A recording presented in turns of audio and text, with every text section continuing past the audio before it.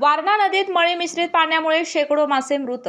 वाळवा तालुक्यातील चिखुर्डे येथील वारणा नदीमध्ये मळीयुक्त पाणी येत असल्यामुळे पाणी दूषित होऊन ते आरोग्यासाठी हानिकारक ठरत आहे। परिणामी नदीमध्ये शेकडो माशांचा मृत्यू झालाय। आज सकाळपासून मृत मासे पाण्यावर तरंगताना आणि नदी काठाला दिसून येत आहेत। त्यामुळे नदी काठावर सर्वत्र मृत माशांच्यामुळे दुर्गंधी पसरली आहे। चांदोली धरणापासून वारणा नदी चालू होते। या नदी काठावर साखर कारखाने तसेच इतरही इंडस्ट्रियल कारखाने असल्याने नेमके कोणत्या कारखान्याचे मळी मिश्रित पाणी नदीत सोडले जाते हे अद्यापही कोणाला समजू शकले नाही।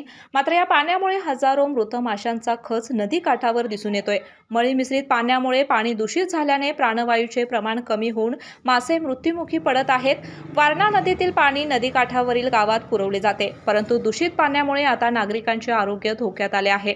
अनेक वेळा वारणा नदीत मळी मिश्रित पाणी नदीत सोडले जाते, यावर कोणत्याच प्रदूषण मंडळाच्या अधिकाऱ्यांचे लक्ष आणि नियंत्रण नाही। स्थानिक नागरिक आणि सामाजिक कार्यकर्ते वेळोवेळी संबंधित अधिकाऱ्यांना मळी मिश्रित पाण्याची माहिती देऊन पाठपुरावा केला जातो, मात्र अद्याप यावर कोणत्याच उपाययोजना झालेल्या नाहीत।